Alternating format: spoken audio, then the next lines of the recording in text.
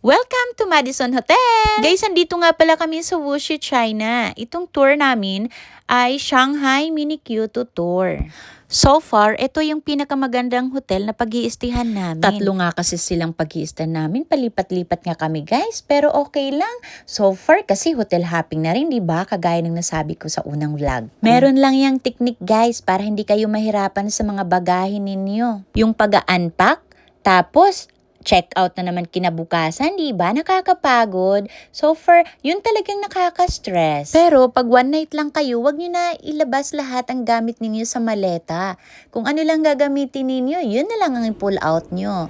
And then, doon nyo na lang ilabas pag sa mga hotels na 2 nights naman kayo. Good morning, good morning! Etong pinakaantay natin ang buffet breakfast. Wow, ang ganda talaga ng kanilang mga pagkain dito sa buffet breakfast. Ito rin, yung may pinakamasarap na mga foods na matitikman namin sa buffet breakfast. Marami kayong mapagpipilian dito guys. Kahit na libre ang lunch namin mamaya, kakain kami ng marami. Syempre, hindi pwedeng magutom. Kawawa ang baby chan. Dito sa China, masarap ang kanilang pagkain. For me ha, ewan ko lang sa inyo guys kung nasasarapan kayo sa pagkain nila.